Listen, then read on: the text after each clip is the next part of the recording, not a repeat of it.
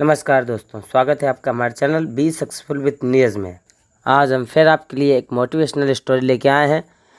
आज की ये मोटिवेशनल स्टोरी ईमान का ज्ञान आपको बताएगी। तो चलिए शुरू करते हैं। बहुत समय पहले की बात है। प्रतापगढ़ नाम का एक राज्य था।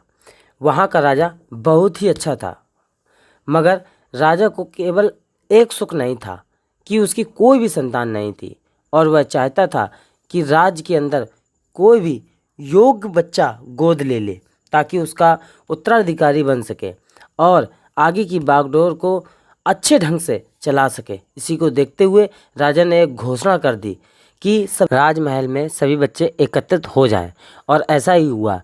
उसके राज्य के सभी बच्चे राजमहल में एकत्रित हुए। राजा ने सभी बच्चों को पौधे लगाने के लिए भिन्न भिन्न प्रकार के बीज दिए और कहा कि अब हम 6 महीने बाद मिलेंगे और देखेंगे कि किसका पौधा सबसे अच्छा ग्रो कर रहा है। महीना बीत जाने के बाद भी एक बच्चा ऐसा था जिसके गमले में वह बीज अभी तक नहीं फूटा था, लेकिन वह रोज़ उसकी देखभाल करता था और रोज़ पौधे को पानी देता था।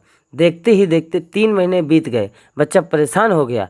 तभी उसकी माँ ने कहा कि बेटा धैर्य रखो, कुछ बीजों को फलने में ज़्यादा वक्त लगता है। और वह पौधे को सींचता रहा। 6 महीने हो गए। राजा के पास जाने का समय आ चुका था, लेकिन वह डरा हुआ था कि सभी बच्चों के गमले में पौधे होंगे और उसका गमला खाली होगा। लेकिन वह बच्चा ईमानदार था और सारे बच्चे राजमहल में आ पहुँचे थे। कुछ बच्चे जोश से भरे हुए थे क्योंकि उनके अंदर राज्य का उत्तराधिकारी बनने की प्रबल लालसा थी। अब राजा ने आदेश दिया कि सभी बच्चे अपने अपने गमले दिखाने लगे, मगर एक बच्चा सहमा हुआ था क्योंकि उसका गमला खाली था। तभी राजा की नज़र उस गमड़ी। उसने पूछा, तुम्हारा गमला तो खाली है? तो उसने कहा, लेकिन मैंने इस गमले में 6 महीने तक देखभाल की है। राजा उसकी ईमानदारी से खुश था कि उसका गमला खाली है, फिर भी वह हिम्मत करके यहाँ आ तो गया। सभी बच्चों के गमले देखने के बाद राजा ने उस बच्चे को सभी के सामने बुलाया और बच्चा सहम गया। राजा उसकी ईमानदारी में खुश था कि उसका गमला खाली है, फिर भी वह हिम्मत करके यहाँ आ तो गया। सभी बच्चों के गमले देखने के बाद राजा ने उस बच्चे को सभी के और राजा ने वह गमला सभी को दिखाया।